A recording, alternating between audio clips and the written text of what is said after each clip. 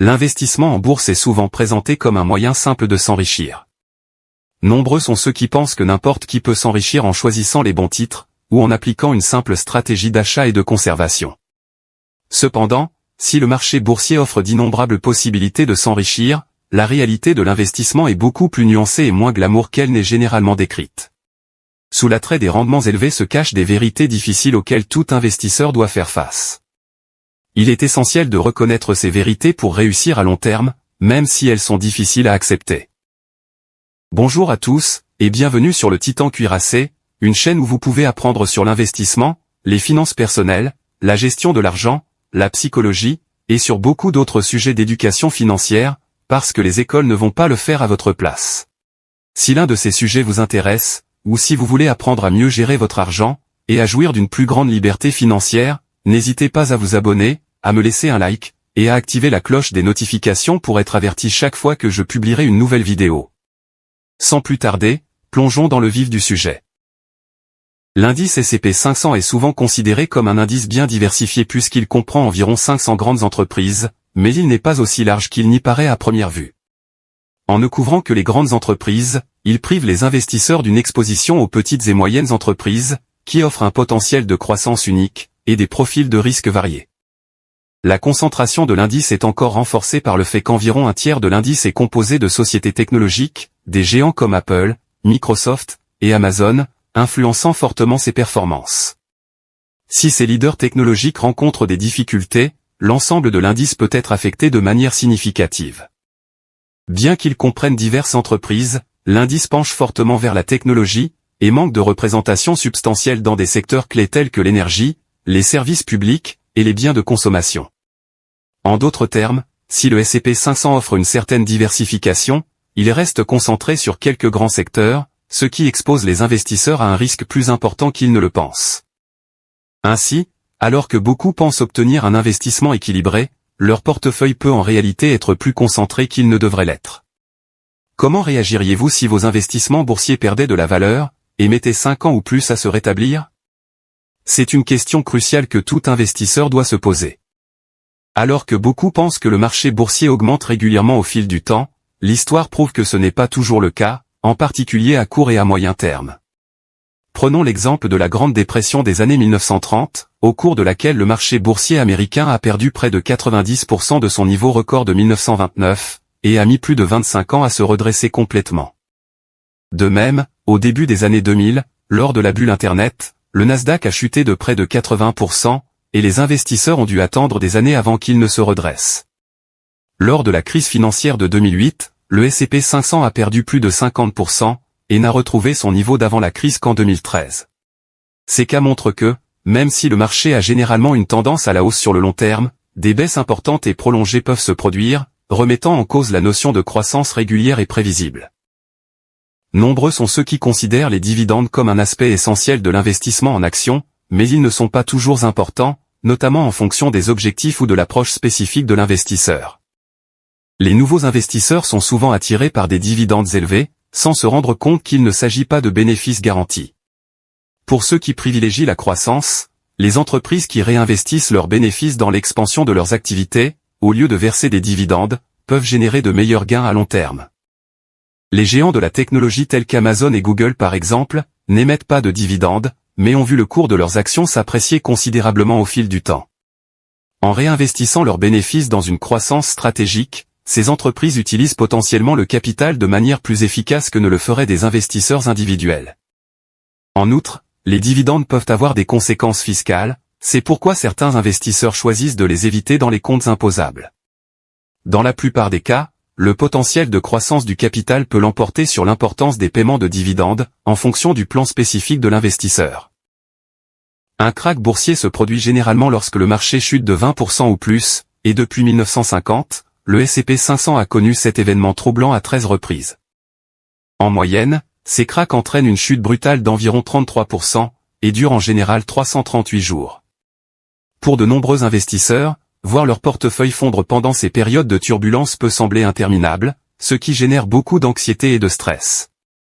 Plus inquiétant encore, lorsque les krachs se produisent en raison de l'instabilité économique, les investisseurs s'inquiètent de savoir si le marché se rétablira un jour. Chaque krach boursier apporte son lot d'incertitudes, de nouveaux défis, et le risque d'événements susceptibles d'entraver définitivement la reprise du marché. Cette crainte pousse souvent les investisseurs à prendre des mesures impulsives, comme retirer leur argent à perte, ce qui bloque les pertes, et les empêche probablement de réinvestir jusqu'à ce que les prix atteignent à nouveau des sommets inégalés. Ces deux actions peuvent faire dérailler les objectifs à long terme. Notamment, depuis 1980, le marché a connu une baisse de 10% environ tous les 1,2 ans, ce qui montre que les corrections et les cracks sont beaucoup plus fréquents qu'on ne le pense. Peu d'investisseurs sont mentalement ou financièrement préparés à faire face à de telles baisses, ce qui les amène à se demander s'ils parviendront un jour à récupérer leurs pertes. Le fait de reconnaître que ces baisses font partie du cycle du marché peut aider les investisseurs à rester stables dans les moments difficiles. Lorsque vous commencez à investir en bourse avec un petit montant, les progrès peuvent sembler très lents. Les premiers gains semblent souvent si minimes qu'il est frustrant de ne voir qu'une faible croissance. La capitalisation, véritable moteur de la création de richesse, prend du temps à se mettre en place. Au cours des premières années, vous pouvez avoir l'impression que votre portefeuille progresse à peine, car les petits investissements ne génèrent pas de rendement important. Par exemple, un investissement de $10 000 dans le S&P 500 croît généralement d'environ $1 000 par an, ce qui ne change pas vraiment la donne. En revanche, un portefeuille d'$1 million peut enregistrer une croissance annuelle d'environ $100 000, ce qui est nettement supérieur au revenu moyen. Ce démarrage lent peut faire perdre patience à de nombreux nouveaux investisseurs, qui sont alors tentés de retirer des fonds, de prendre l'investissement moins au sérieux, ou de réduire leurs cotisations. Bien que les débuts puissent sembler douloureusement lents, au fur et à mesure que vous continuez à investir et que votre solde augmente, ces petits gains initiaux commencent à s'accumuler, rendant la croissance beaucoup plus perceptible. Malgré la lenteur initiale, avec de la patience, de l'engagement, et le réinvestissement des gains, les rendements annuels deviendront significatifs, prouvant que l'attente initiale en valait la peine. Même en investissant dans des fonds indiciels et des ETF, le marché boursier comporte des risques qui peuvent surprendre les investisseurs, et entraîner des pertes plus importantes qu'ils ne l'avaient prévu. Bien que ces options d'investissement soient généralement considérées comme plus sûres que l'achat d'actions individuelles, elles restent vulnérables aux fluctuations du marché.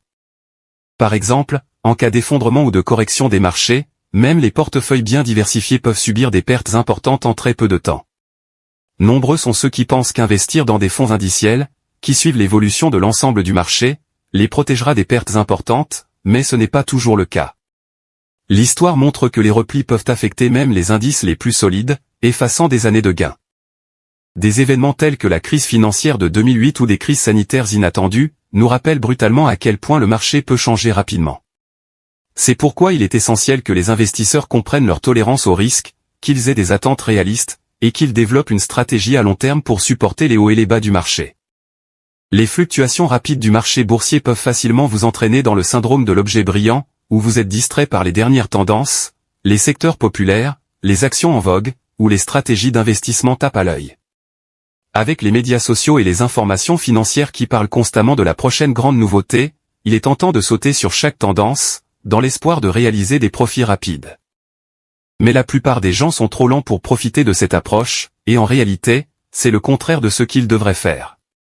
Lorsqu'ils entendent parler d'une action en vogue ou d'un investissement à la mode, les meilleures opportunités sont peut-être déjà passées, les laissant coincés avec des prix élevés, et un risque accru. Plutôt que de s'en tenir à une solide stratégie d'investissement à long terme, ils se retrouvent souvent à courir après des tendances éphémères, ce qui peut entraîner des déceptions et des pertes. Cela peut détourner l'attention de l'approche d'investissement discipliné qui conduit généralement à une croissance plus régulière au fil du temps. Investir sur le marché boursier n'est pas aussi simple ou prestigieux que beaucoup le croient. Certes, il existe des possibilités de se constituer un patrimoine, mais il y a des vérités gênantes auxquelles chacun doit faire face. De la diversification limitée du S&P 500 à la lenteur de la croissance qui frustre les nouveaux investisseurs, il est clair que pour réussir en bourse, il faut de la patience et une stratégie solide. Voilà pour la vidéo d'aujourd'hui. J'espère que vous l'avez appréciée et qu'elle vous a apporté quelque chose. Si c'est le cas, n'hésitez pas à vous abonner, à me laisser un like, et à activer la cloche des notifications pour être averti chaque fois que je publierai une nouvelle vidéo, car j'en ai beaucoup d'autres de ce genre à venir prochainement, ainsi que des résumés de livres, et d'autres choses amusantes. Merci d'avoir regardé, et passez une bonne journée.